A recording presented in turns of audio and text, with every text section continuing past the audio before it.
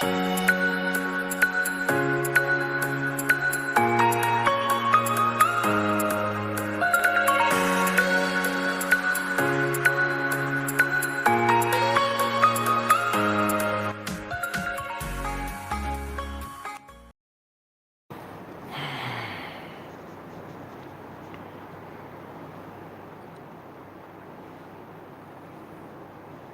जी, good afternoon, good afternoon everyone. कोई आया तो नहीं है? कोई नहीं आता है हमारी क्लास में, कोई नहीं आता है, कोई दिक्कत नहीं है, फिर भी हम पढ़ाएंगे। तुम लोग बाद में देखोगे, पता है। ठीक है, अपना वहाँ रिवीजन चल रहा है। चूंकि देखिए ऐसा है कि हम जब भी आते हैं 10 बजे आते हैं, तो 10 बजे भी दिक्कत रहती है बच्चों को, 11 बजे भी प्रॉब्लम रहती है। तो एक दिन अभी परसों रात को भी आने वाले थे, तो रात को भी सर मत आइए, आप सुबह आइए। तो पता नहीं क्यों आप लोग का टाइमिंग डिसाइड नहीं हो पा रहा है। एक्चुअली देखिए लाइव आने का हमारा पर्पज ये है कि जैसे रिवीजन क्लास होती रहेगी, साथ साथ में आप लोगों का डाउट भी क्लियर होता रहेगा ना। ऐसे कि आप लोग बाद में करेंगे तो डाउट कैसे क्लियर होंगे। तो इसीलिए आप समझिए बात को और लाइव आने की कोशिश करिए। आप लोग आपस में डिसाइड करके ग्रुप में एक टाइम बता दीजिए, उसी टाइम पे हम आ जाएंगे लाइव। नहीं कैमरे से तो अपने लैपटॉप से आ जाएंगे। क्लियर? चलिए कोई बात नहीं, हम लोग स्टार्ट करते हैं आज का रिवीजन। तो प्रोफेशनल एथिक्स का हम लोग रिवीजन कर रहे थे। उसको रिवीजन करने से पहले बता दें कि देखिए ओल्ड कोर्स वालों के लिए 1199 का जो ऑफर था वो खत्म हो गया है, लेकिन फिर भी उनको घबराने की जरूरत नहीं है। 1599 का ऑफर अभी भी वैलिड है। ठीक है, अभी भी वैलिड है और ये एग्जाम तक वैलिड रहेगा। तो जो आप लोगों के भाई बहन हैं ओल्ड कोर्स वाले, उनको आप बता सकते हैं कि हमारी क्लास फास्ट ट्रैक की CA final law fast track की क्लास 1599 रुपए में ओल्ड कोर्स वाले के लिए अवेलेबल है। ठीक है, ये सारे फीचर्स हैं। अब बाकी जो अपने हैं 30 सितंबर तक नए कोर्स वालों के लिए भी ऑफर चल रहा है। यदि आप लोग 30 सितंबर के पहले अपना क्लास का एक्टिवेशन कराते हैं तो 201 रुपए का पेटीएम कैशबैक मिलेगा। ठीक है, चलिए आगे बढ़ते हैं बिना समय गवाए हुए। हम लोगों ने management consultancy and other services कर ली थी प्रोफेशनल एथिक्स में। अब हम लोग को आगे करना है सेक्शन नंबर 6। क्या करना है? Section number 6। सेक्शन नंबर 6 में क्या करना है? सेक्शन नंबर 6 क्या बात करता है ये समझिए। चलिए स्टार्ट करें ना। सेक्शन नंबर 6 करता है सर्टिफिकेट ऑफ प्रैक्टिस की बात करता है। किसकी बात करता है? सर्टिफिकेट ऑफ प्रैक्टिस की बात करता है। ये बोल रहा है कि कोई भी मेंबर शैल प्रैक्टिस, कोई भी मेंबर नहीं कर सकता प्रैक्टिस वेदर इन इंडिया, चाहे इंडिया में चाहे आउटसाइड इंडिया में, चाहे वो इंडिया में हो चाहे आउटसाइड इंडिया हो, वो प्रैक्टिस नहीं कर सकता है without obtaining certificate of practice. Without obtaining certificate of practice मतलब यदि किसी भी मेंबर को प्रैक्टिस करनी है तो उसको सीओपी लेनी पड़ेगी। बिना सीओपी लिए वो प्रैक्टिस नहीं कर सकता है। क्लियर? अब a member of ICAI is abide by the provision of CA Act and its regulation। अब इस ये जो नोट है, इस नोट पे क्वेश्चंस आते हैं। ये जो नोट है, इस नोट से क्वेश्चंस आते हैं। क्या आते हैं कि भाई एक मेंबर है, उसका क्या हुआ कि सीओपी उसका कैंसिल कर दिया गया। हालांकि मेंबरशिप उसका कैंसिल नहीं किया गया था, सीओपी कैंसिल कर दिया गया था, लेकिन फिर भी कैंसिल होने के बाद भी वो इनकम टैक्स अथॉरिटी में जाके क्या करता है? वो अपना टैक्स रिप्रेजेंटेशन करता है as a capacity of advocate की कैपेसिटी से जाके कर रहा है। तो अब पूछा गया उससे कि भाई ऐसा क्यों कर रहे हो, तो वो बोलता है कि भाई ऐसा है कि हमारी सीओपी तो कैंसिल हो गई है, तो हम सीए के कैपेसिटी में तो जाके वो कर नहीं सकते हैं रिप्रेजेंटेशन, इसलिए हम एडवोकेट की कैपेसिटी में जाके किए। तो ना, आपका सीओपी भले ही कैंसिल हो गया हो, आपकी मेंबरशिप भले ही रद्द कर दी गई हो, लेकिन आपके ऊपर सीए एक्ट का प्रोविजन एनी टाइम लग रहा है। तो आप जो काम एज ए कैपेसिटी तो चार्टर्ड अकाउंटेंट कर सकते हैं वो एज इन अनदर कैपेसिटी में नहीं कर सकते हैं। वही चीज है, a member can not practice in any other capacity. For example, if a member also a LLB and wants to work as tax representation as capacity to LLB, तो उसको परमिट नहीं किया जाएगा, उसको परमिट नहीं किया जाएगा। A practicing CA can also practice as advocate, वो एडवोकेट की तरह प्रैक्टिस कर सकता है। Practicing CA subject to permission from council, however, भाई काउंसिल से परमिशन तो चाहिए, लेकिन however it is to be kept in mind, ये दिमाग में रखना पड़ेगा कि भाई जहां पे कॉमन वर्किंग एरिया है वहां पे आपको काम as a capacity to chartered accountant ही लेना पड़ेगा। क्लियर?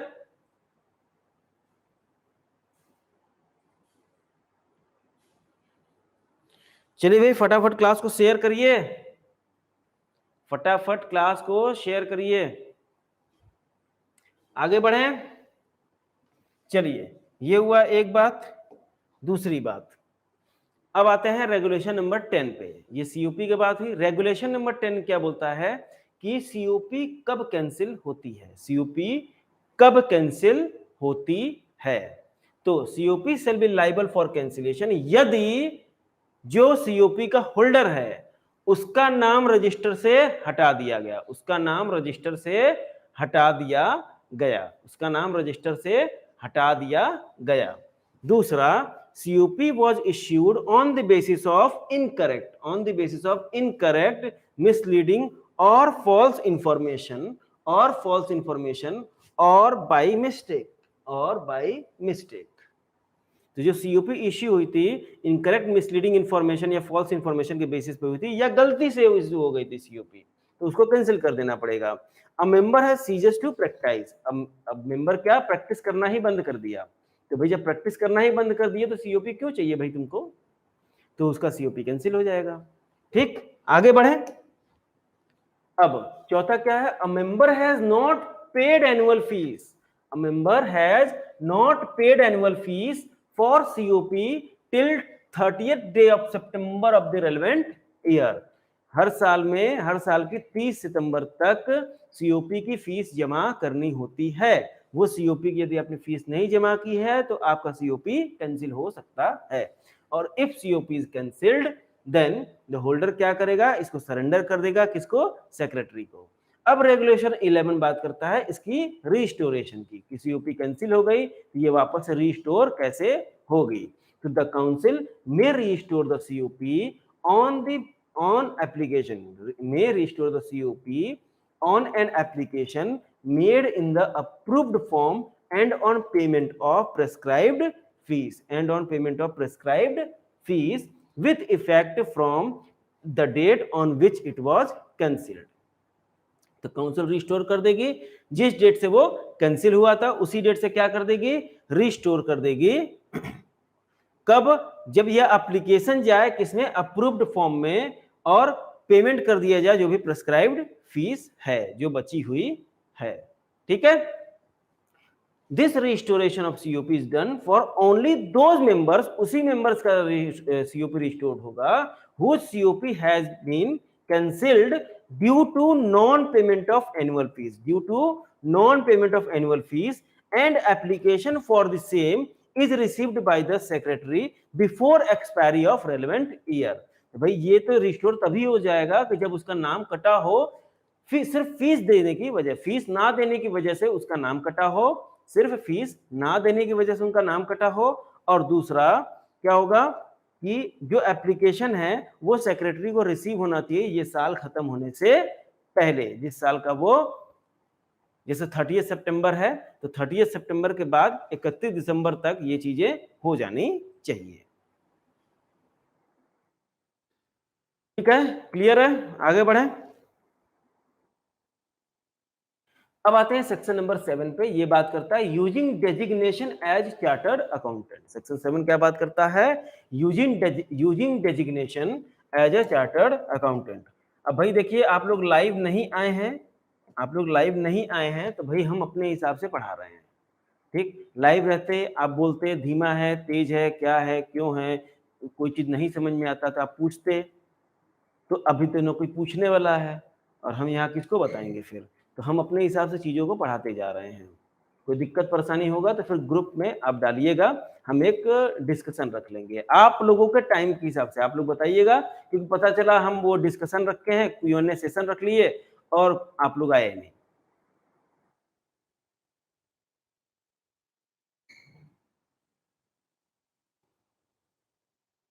ठीक है, चलिए section number 7, using designation as chartered accountant. Using designation as a chartered accountant. अब ये देखिए क्या बोल रहा है, मेंबर्स इन प्रैक्टिस शैल। जो मेंबर इन प्रैक्टिस है, शैल मतलब उसको करना ही पड़ेगा, shall use designation chartered accountant only. जो मेंबर्स इन प्रैक्टिस है वो डेजिग्नेशन सिर्फ और सिर्फ चार्टर्ड अकाउंटेंट ही यूज करेगा। सिर्फ और सिर्फ चार्टर्ड अकाउंटेंट ही डेजिग्नेशन वो यूज कर सकता है। कौन? जो मेंबर्स इन प्रैक्टिस है। और अदर मेंबर हैं जो प्रैक्टिस में नहीं है, वो भी डेजिग्नेशन चार्टर्ड अकाउंटेंट यूज कर सकते हैं, लेकिन चाहे तो मे यूज। क्लियर? फिर a member using designation chartered accountant is not allowed to use any other designation in addition or substitution thereof। अब ये क्या बोल रहा है, जो मेंबर यूज कर रहा है चार्टर्ड अकाउंटेंट डेजिग्नेशन, उसको अलाउ नहीं है यूज करना other designation. Other designation use करना अलाउ नहीं है, चाहे वो इन एडिशन हो या और सब्स्टिट्यूशन देयर ऑफ हो, मतलब या तो उसके साथ या उसकी जगह पे। एक फिर membership of recognised institute and qualification of recognised universities institute में बी मेंशन्ड। जैसे ये है CA KK मिश्रा,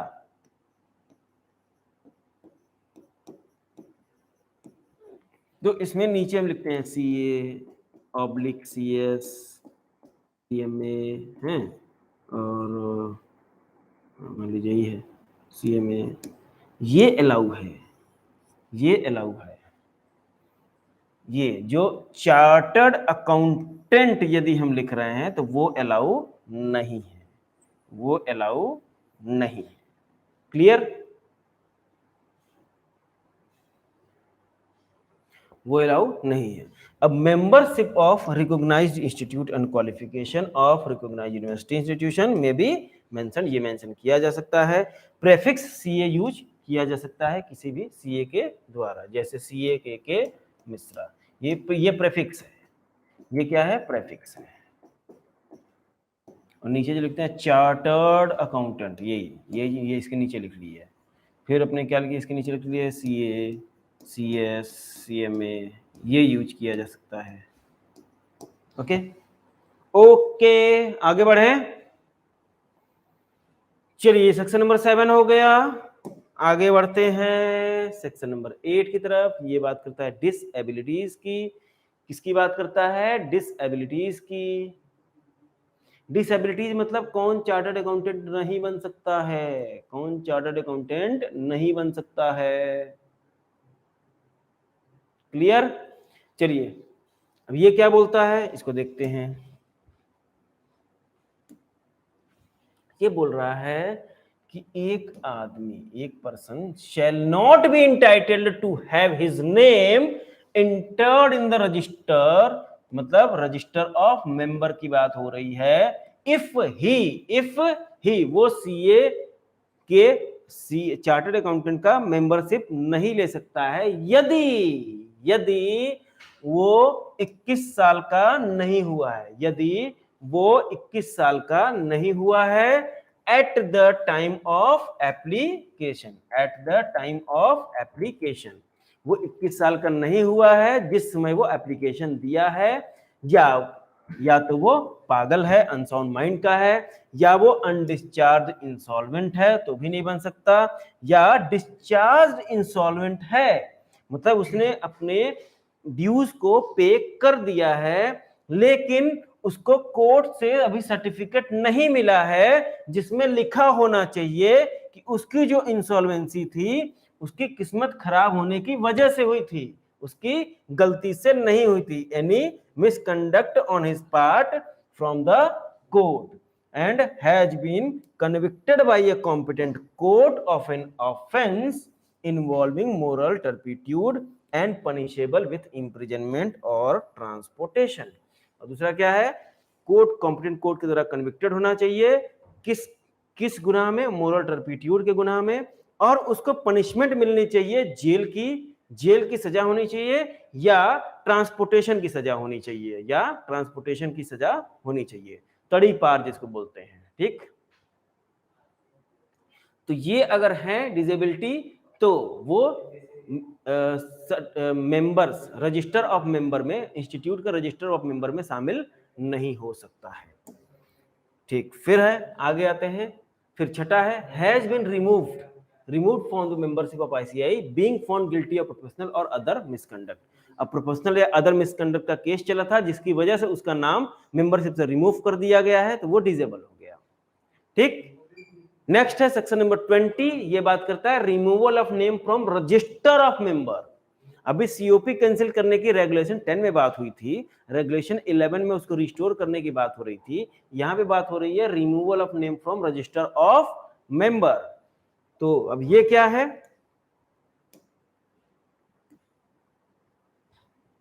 ये बोल रहा है काउंसिल में रिमूव, काउंसिल चाहे तो रिमूव कर सकती है name of members from register, जिसकी डेथ हो गई उसका नाम रजिस्टर ऑफ मेंबर से हटा सकती है, फ्रॉम होम जिसकी तरफ से रिक्वेस्ट आई है कि भाई आप हमारा नाम जो है रजिस्टर ऑफ मेंबर से हटा दीजिए तो हटा सकती है, या जिसने पेड नहीं किया है फीस, जो मेंबरशिप का फीस है वो नहीं पेड किया है तो भी हटा सकती है।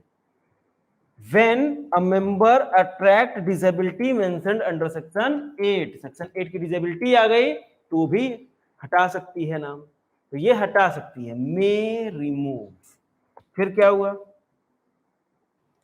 फिर the council shall remove the name of, council shall remove the name of member from register if any order has been passed under this act for removing his name। ये क्या बोल रहा है, अभी तक तो मे था, अब यहां पे बात होने लगी शैल की, council shall remove the name of members from register if any order, यदि कोई ऑर्डर पास हुआ है सीए एक्ट 1949 में for removing his name, chartered accountant act 1949 में यदि कोई ऑर्डर पास हुआ है उसका नाम हटाने का तो उसका नाम हटा देगी, हटा सकती है नहीं, हटा देगी। If the name of any member has been removed, यदि किसी मेंबर का नाम रिमूव कर दिया जाता है due to non payment of fees, अगर फीस ना देने की वजह से रिमूव किया गया है उसका नाम, then on the receipt of an application along with, जो फीस बची है एरियर फीस और एंट्रेंस फीस वापस से देनी पड़ेगी, और कुछ एडिशनल फीस यदि है तो वो ये देने के बाद उसका नाम जो है वापस से रजिस्टर में लिखा जाएगा।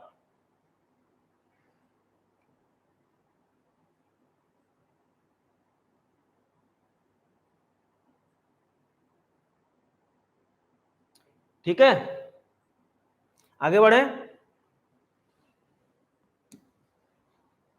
चलिए आगे बढ़ते हैं।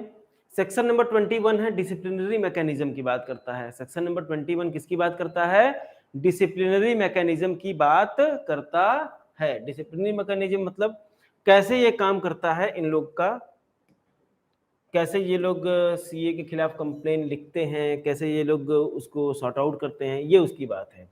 तो कंप्लेन अगेंस्ट मेंबर, सबसे पहले कंप्लेन होगी किसको कंप्लेन होगी? डिसिप्लिनरी डायरेक्टरेट को कंप्लेन होगी। किसको कंप्लेन होगी? कंप्लेन किसको होगी? डिसिप्लिनरी डायरेक्टरेट को। अब वो कंप्लेन मिलने के बाद ये डिसिप्लिनरी डायरेक्टरेट जो है डिसाइड करेगा कि ये जो कंप्लेन आई है वो फर्स्ट शेड्यूल की है या सेकंड शेड्यूल की है या बोथ शेड्यूल की है। अगर सिर्फ फर्स्ट शेड्यूल की है तो यहां आ गया, सेकंड या दोनों शेड्यूल की है, बोथ या सेकंड शेड्यूल की है तो यहां आएगा। अगर सिर्फ फर्स्ट शेड्यूल की है तो ये किसको ट्रांसफर कर देगा केस? बोर्ड ऑफ डिसिप्लिन को ट्रांसफर कर देगा केस। किसको ट्रांसफर कर देगा? बोर्ड ऑफ डिसिप्लिन को। और यदि सेकंड या बोथ शेड्यूल का केस है तो डिसिप्लिनरी कमेटी को ट्रांसफर हो जाएगी। किसको ट्रांसफर हो जाएगी? डिसिप्लिनरी कमेटी को। अगर केस बोर्ड ऑफ डिसिप्लिन को ट्रांसफर हुआ तो ये बोर्ड ऑफ डिसिप्लिन क्या करेगी? मेंबर को रिप्रिमांड कर देगी, मतलब वार्निंग देके छोड़ देगी, या उसका नाम रिमूव कर सकती है 3 महीने तक। अगर फर्स्ट शेड्यूल का है तो एक तो उसको धमकी देके, मतलब वार्निंग देके छोड़ा भी जा सकता है, दूसरा उसका नाम भी हटाया जा सकता है 3 महीने तक, या उसके ऊपर पेनाल्टी लगाई जा सकती है, फाइन लगाई जा सकती है 1 लाख रुपए तक की, या उसके ऊपर फाइन लगाई जा सकती है कितने की? 1 लाख रुपए तक की। अब यदि यही केस सेकंड या बोथ शेड्यूल का है तो डिसिप्लिनरी कमेटी के पास जाएगी ये केस, और डिसिप्लिनरी कमेटी क्या करेगी? उस मेंबर को छोड़ देगी वार्निंग देके, या उसका नाम रिमूव कर सकती है या तो परमानेंटली और फॉर एनी ड्यूरेशन, या फाइन लगा सकती है 5 लाख तक का, या फाइन लगा सकती है कितने तक का? 5 लाख तक का। क्लियर है? चलिए आगे बढ़ते हैं। अब ये तो बात हो गई, ये काम ये लोग कर सकते हैं। अब ये काम करने के बाद क्या होगा? अपील हो सकती है। अग्रीव्ड पर्सन कैन अपील किसके पास होगी? 90 दिन के अंदर अंदर अपील होगी। किसको? अपीलेट अथॉरिटी को। और अपीलेट अथॉरिटी अपील होने के बाद क्या कर सकता है? या तो ऑर्डर को कंफर्म कर देगा, या मॉडिफाई कर देगा, या उसको सेट असाइड कर देगा, या इंपोज कर देगा, या सेट असाइड कर देगा, या रिड्यूस कर देगा, या इनहेंस कर देगा। किसको? पेनाल्टी को। जो पेनाल्टी लगाई गई है, अगर फर्स्ट शेड्यूल का था तो 1 लाख, और सेकंड या बोथ शेड्यूल का था तो 5 लाख रुपए तक की पेनाल्टी लग रही थी। तो वो पेनाल्टी यदि लगी है तो क्या होगा? वो पेनाल्टी यदि लगी है तो उस पेनाल्टी को, अगर नहीं लगी है या नहीं लगी है तो लगा सकता है, ठीक है, लगी है तो उसको हटा भी सकता है, या उस पेनाल्टी को कम भी कर सकता है, या बढ़ा भी सकता है भाई, इनहेंस भी कर सकता है, बढ़ा भी सकता है, या एक काम और कर सकता है, वो रेमिट कर देगा केस किसको? वापस से बोर्ड ऑफ डिसिप्लिन को, डिसिप्लिनरी कमेटी को, कि भाई इसको रिकंसीडर करो भाई। या तो खुद कर देगा या बोल देगा कि आप इस केस को रिकंसीडर करिए, या ऐसा ऑर्डर पास कर सकता है जैसा उसको ठीक लगे। Pass such order as authority think fit. Clear है?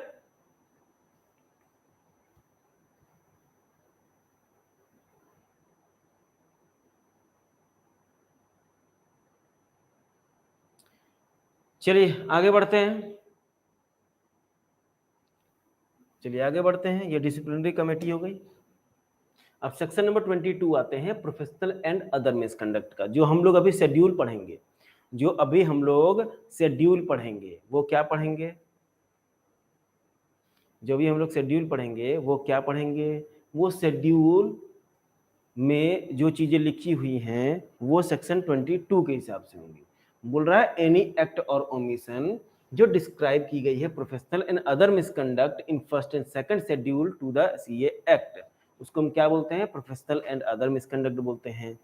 जो डायरेक्टर डिसिप्लिन होता है उसके पास भी पावर होती है कि वो इन्वेस्टिगेट कर सकता है किसी भी मैटर में, और कंडक्ट कर सकता है the member under any circumstances, मतलब वो कुछ भी कर सकता है, किसी भी मेंबर के खिलाफ कुछ भी कर सकता है जो डायरेक्टर डिसिप्लिन होता है। तो ये हो गया सेक्शन नंबर 22। सेक्शन नंबर 24 बात करता है पेनाल्टी का। किस चीज की penalty? Penalty for falsely claiming to be a member. Penalty for falsely claiming to be a member. यदि कोई मेंबर झूठ मूठ का अपने आप को मेंबर बताता है, अब समझिए, any person not a member, any person जो मेंबर नहीं है किसका, इंस्टीट्यूट का, अपने आप को दिखाता है कि वो मेंबर है। एक आदमी जो मेंबर नहीं है वो पब्लिक में दिखा रहा है कि मैं मेंबर हूं, या यूज करता है डेजिग्नेशन चार्टर्ड अकाउंटेंट, या यूज करता है डेजिग्नेशन क्या, चार्टर्ड अकाउंटेंट। या ये तो दो चीजें हो गई, ये कोई भी पर्सन, ठीक है, जो मेंबर नहीं है वो मेंबर बताता है अपने आप को, या चार्टर्ड अकाउंटेंट का डेजिग्नेशन यूज करता है, या any person who is a member of ICAI and not holding COP।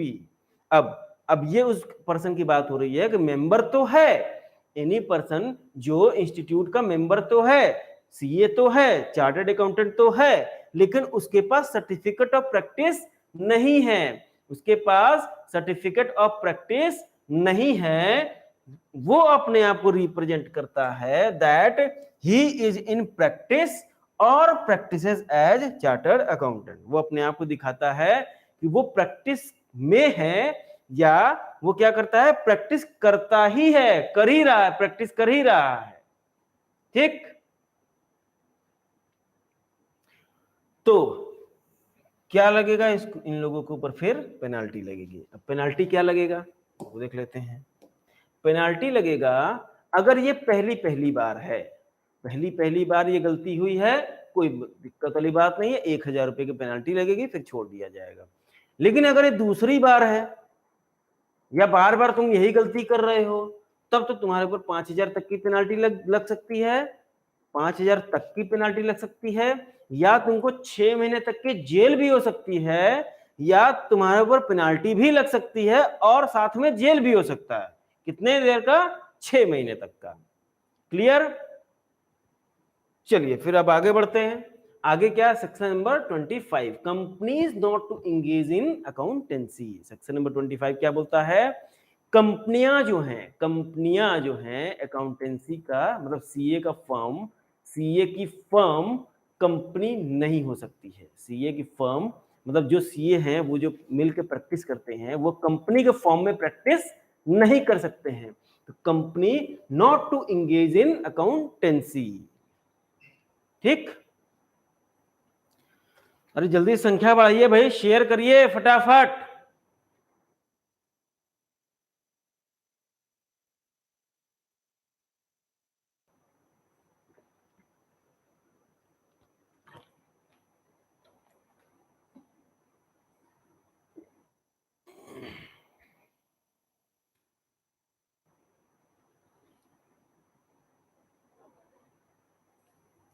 चलिए तो सेक्शन नंबर 25 देखते हैं फिर।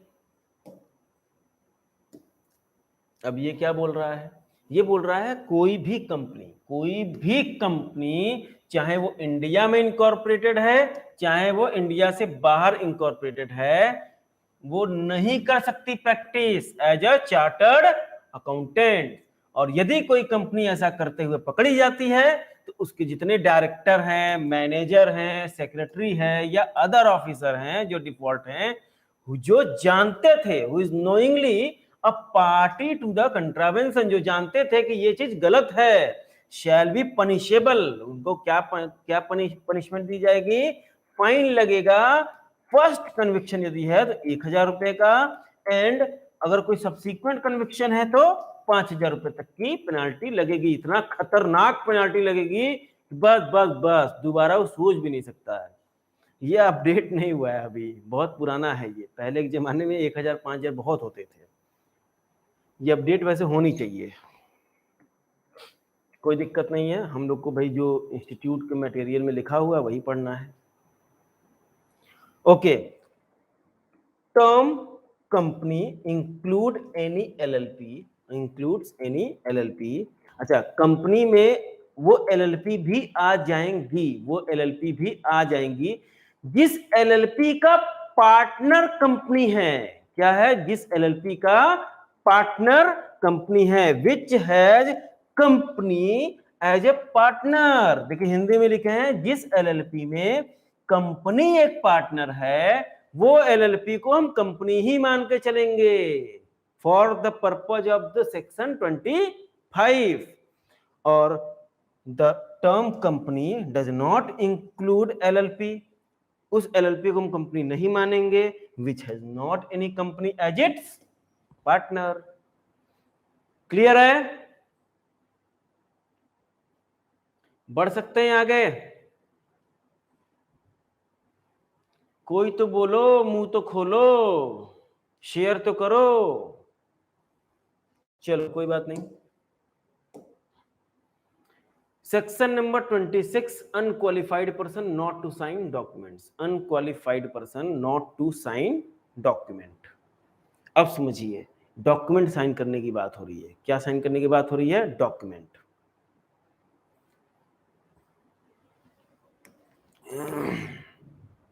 किस डॉक्यूमेंट की बात हो रही है? ये बोल रहा है only a member of ICAI. Member of ICI, सिर्फ और सिर्फ मेंबर ऑफ आईसीआई ही है जो साइन कर सकता है on behalf of CA in practice, CA in practice के बिहाफ पे, या सीए की फर्म के बिहाफ पे, या सीए इन प्रैक्टिस के बिहाफ पे, या सीए की फर्म के बिहाफ पे in his it's professional capacity. और यदि कोई बिहाफ पे, इन दोनों के बिहाफ पे साइन करता है और वो मेंबर ऑफ आईसीआई नहीं हुआ, तो उसको पेनाल्टी कितनी लगेगी? फर्स्ट कन्विक्शन है तो 5,000 रुपए से लेके 1,00,000 रुपए तक की पेनाल्टी, और अगर दूसरी बार है या दूसरी बार से ज्यादा है, सब्सिक्वेंटली है, तो 10,000 रुपए से 2,00,000 तक की पेनाल्टी, या जेल हो जाएगी 1 साल तक की, या दोनों, या दोनों। क्लियर?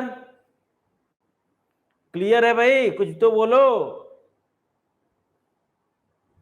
आगे बढ़ें। चलिए, अनक्वालिफाइड पर्सन साइन नहीं कर सकता। अनक्वालिफाइड मतलब वही साइन करेगा कौन बिहाफ पे? जो मेंबर ऑफ आईसीएआई है। ये बात ध्यान रखिएगा, ये बात ध्यान रखिएगा, दिमाग में एक साइड में नोट करके रखिए। ये इसका रेफरेंस फिर बाद में भी आएगा, अब उसको हम वहां यहां अभी कनेक्ट करवाएंगे इस सेक्शन से। कि पहली बात, मेंबर ऑफ आईसीआई क्या कर सकता है? साइन कर सकता है। मेंबर ऑफ आईसीआई ही इन दोनों के बिहाफ पे क्या कर सकता है? साइन कर सकता है।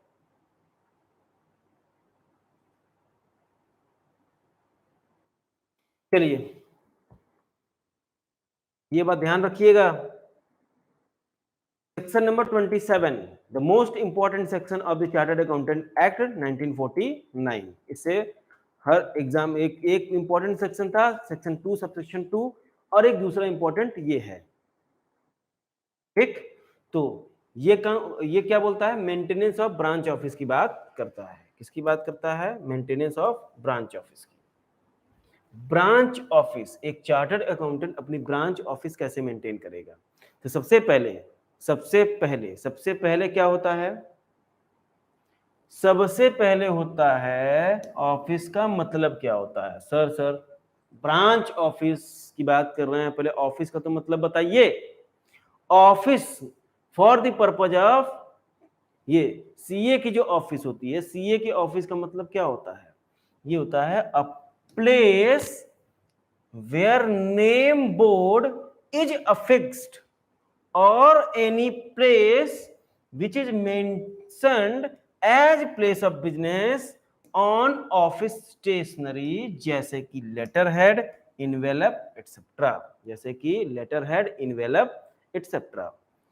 तो ऑफिस मतलब हुआ वो प्लेस जिसका जो नेम बोर्ड जो होता है सीए का, सीए की फर्म का जो नेम बोर्ड होता है, उस पे वो जहां पे वो नेम बोर्ड जहां पे लगा, वो जगह ऑफिस हो गई। वो नेम बोर्ड जहां पे लगा वो क्या हो गई, ऑफिस हो गई। जैसे के सज्जन एंड कंपनी, के सज्जन एंड कंपनी। अब ये क्या हुआ, ये के सज्जन कंपनी यहां लिख दिया चार्टर्ड अकाउंटेंट्स, चार्टर्ड अकाउंटेंट्स। इसकी बोर्ड, ये बोर्ड जो बनके यदि कहीं लग गई, जहां लग गई ये बोर्ड बनके, यहां पे भी लगेगी, वही अपना ऑफिस हो जाएगा। या उसको भी ऑफिस बोल सकते हैं जो ऑफिस स्टेशनरी पे, जिसका जिसका एड्रेस ऑफिस स्टेशनरी पे है। जैसे लेटर हेड, इनवेलप वगैरह हम छपवाए हैं, तो उस पे यदि कोई एड्रेस है तो। अब use of name board at residence, क्या घर पे भी नेम बोर्ड यूज किया जा सकता है के सज्जन एंड कंपनी का? नहीं भाई। Use of name board at residence allowed only for individual name, not permitted for firm name। आपको घर पे यदि बोर्ड लगाना है तो आप लगाइए CARK मिश्रा। डेजिग्नेशन यहां लगा सकते हैं चार्टर्ड अकाउंटेंट, चार्टर्ड अकाउंटेंट, ये बोर्ड लगेगा। ठीक है, फर्म के नाम का बोर्ड नहीं लगा। घर पे ये बोर्ड लग सकता है, फर्म के नाम का बोर्ड घर पे नहीं लग सकता है। क्लियर? चलिए फिर use of name board at residence, ये क्या है, सिर्फ इंडिविजुअल नाम से अलाउ है, फर्म के नाम से अलाउ नहीं है। चलिए आगे बढ़ते हैं। दूसरा चीज, रिक्वायरमेंट ऑफ सेपरेट इंचार्ज। अब कब सेपरेट इंचार्ज की रिक्वायरमेंट होगी, कब सेपरेट इंचार्ज की रिक्वायरमेंट होगी, कब होगी? Member of institute can open any number of office in India provided every such office has a separate incharge. ये क्या बोल रहा है, जो इंस्टीट्यूट के मेंबर हैं वो खोल सकते हैं, जितने भी ऑफिस वो चाहते हैं खोलना उतने ऑफिस खोल सकते हैं। बस उनको एक काम करना होगा, बस उनको एक काम करना होगा, आप लाखों ऑफिस खोलिए लेकिन हर ऑफिस के लिए जो इंचार्ज आप रखेंगे वो चार्टर्ड अकाउंटेंट ही रखेंगे। वो क्या रखेंगे, चार्टर्ड अकाउंटेंट ही रखेंगे। क्लियर? क्लियर है?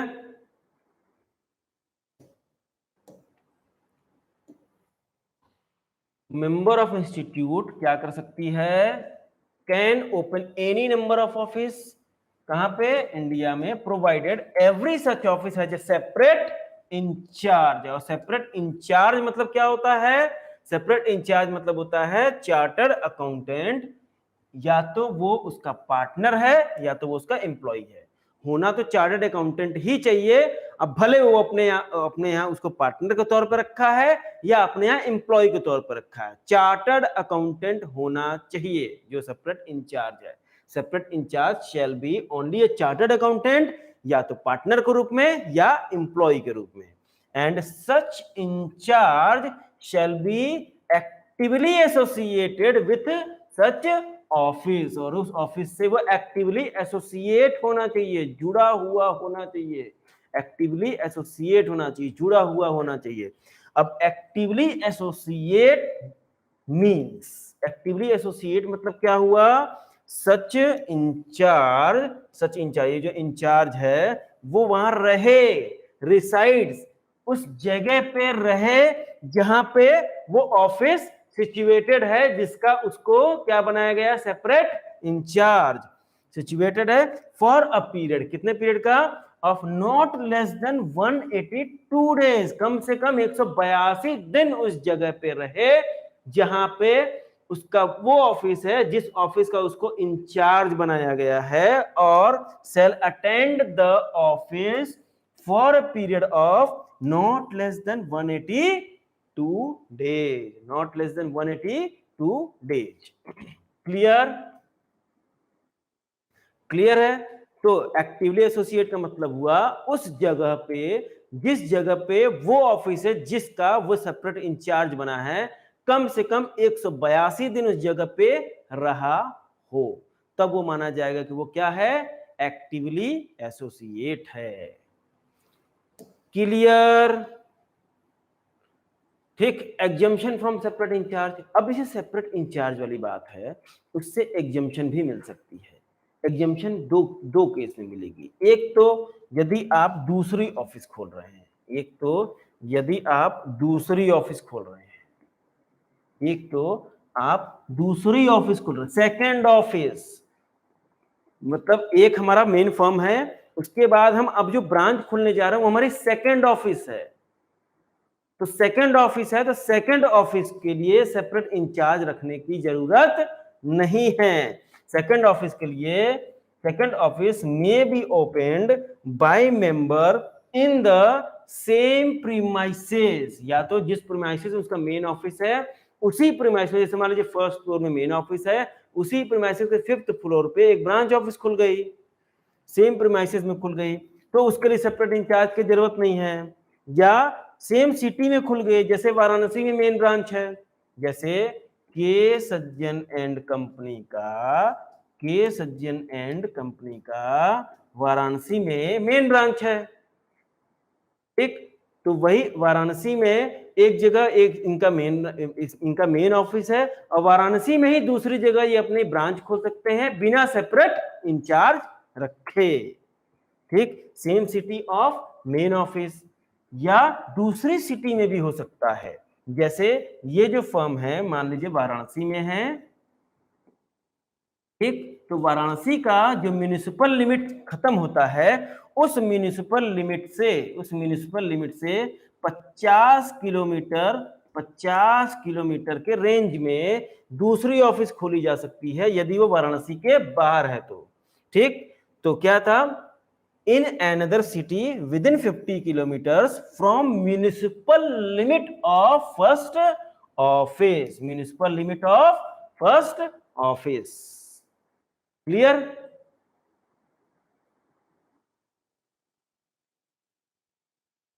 क्लियर है?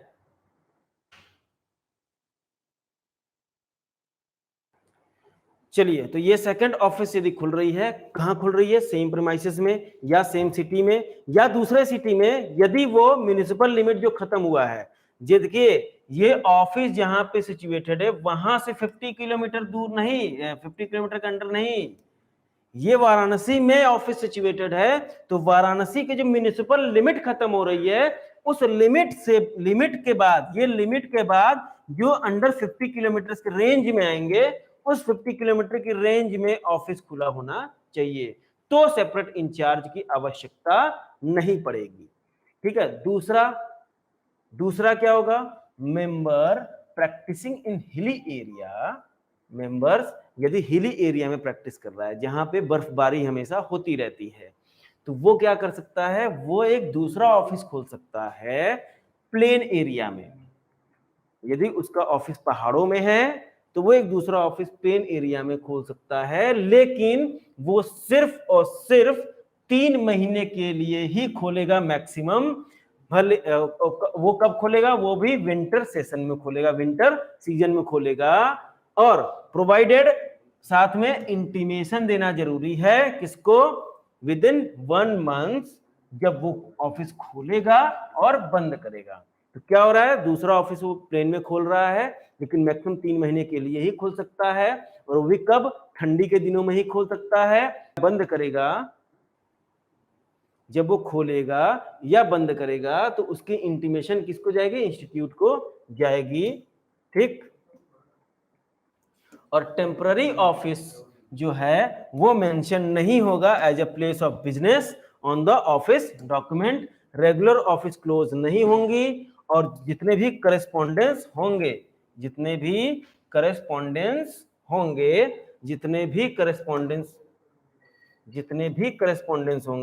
वो कंटिन्यू रहेंगे जो परमानेंट ऑफिस उसका बर्फ वाले इलाके में था।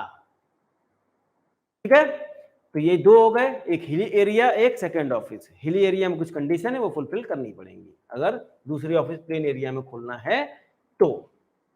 अब आगे बढ़े, सेक्शन नंबर 27 खत्म। अब अपना शेड्यूल चालू होता है, फर्स्ट शेड्यूल अपने चलेंगे। अभी पहले इसका हम आपको वो बनवा देंगे पूरा समरी वगैरह कि कितने शेड्यूल हैं, कितने क्लॉज हैं। उसके बाद फिर हम लोग फर्स्ट शेड्यूल से स्टार्ट करेंगे, क्लॉज 1 से। ठीक, तो आज के लिए इतना ही। ये शेड्यूल हम लोग स्टार्ट करेंगे कल से।